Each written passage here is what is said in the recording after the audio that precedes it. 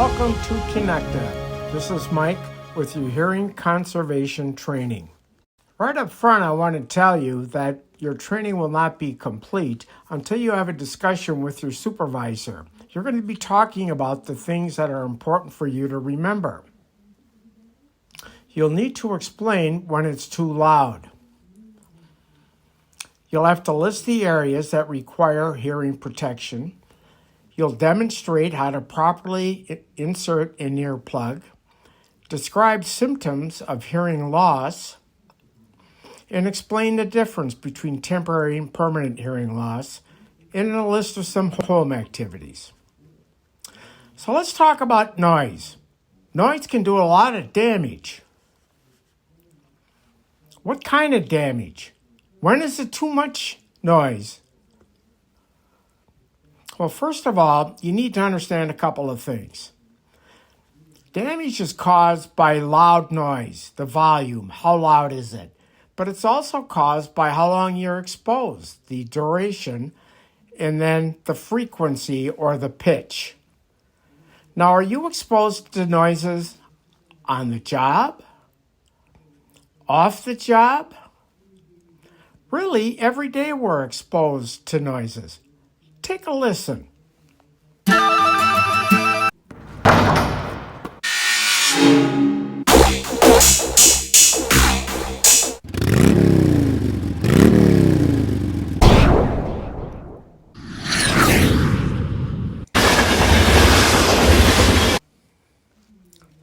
You should know your symptoms of hearing loss. You know, things like misunderstanding people, turning the TV or radio up. You cannot hear high-pitched sounds, asking people to repeat themselves. If you have problems in noisy environments, speaking loudly, ringing in the ear. Don't wait until you need a hearing aid like I did. Take care of your sound.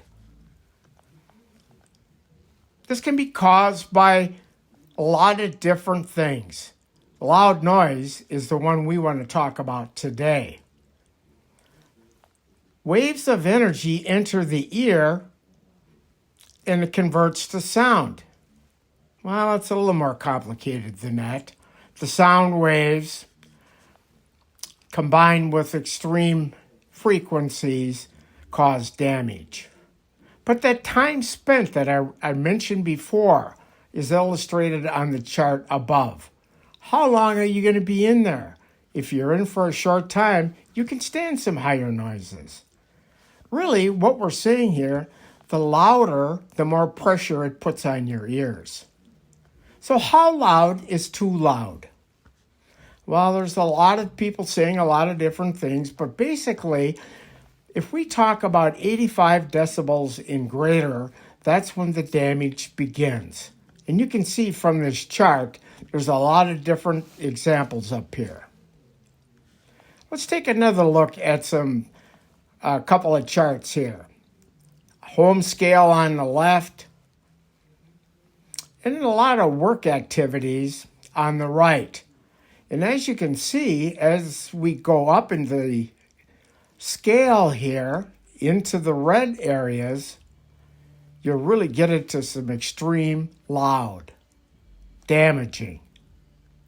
So inside of your ear, the way this works is really pretty simple.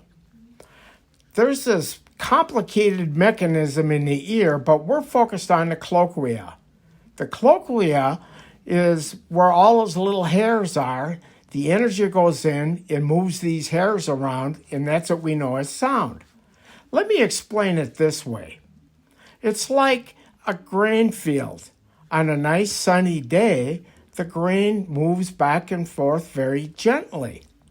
But then what happens when a storm comes through? Knocks that grain down. Then a little while later, the sun comes back.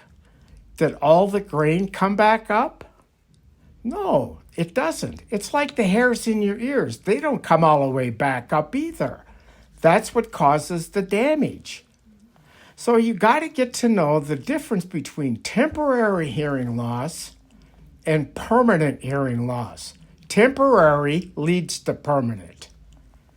Now, 85 decibels, again, is the action level. That's what OSHA tells us.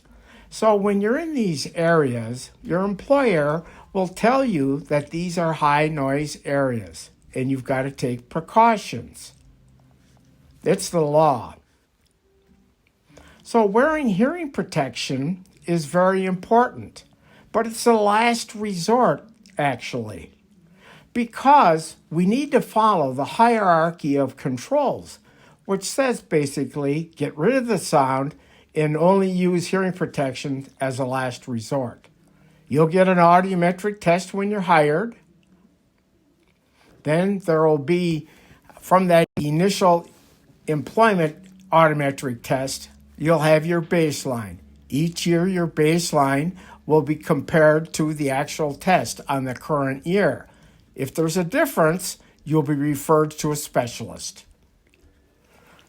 So assure that when you wear the hearing protection that it's fit, feels comfortable. Employers got to provide and make available a wide range of hearing protectors. You select the kind that makes best sense for you. They don't all work exactly the same, and they don't attenuate the same. On the packages, you'll see an NRR rating. The NRR rating you have to take 5 off of, and that will tell you how much your noise will be reduced to get you under that 85 decibels. Wearing the earplug properly is extremely important. Follow the directions on the package. Some are inserted a little differently than others. You got to make sure that they're put in properly, or they're not going to filter out the noise. When you're done, you got to make sure they look like on the right. Cup and release your ears to check it out to see if the noise continues to be filtered out. So take care of your hearing. Now remember, it's going to be time for you to have that discussion with your supervisor. Make sure you can explain those 6 things we talked about before. That's it for today. See you next time.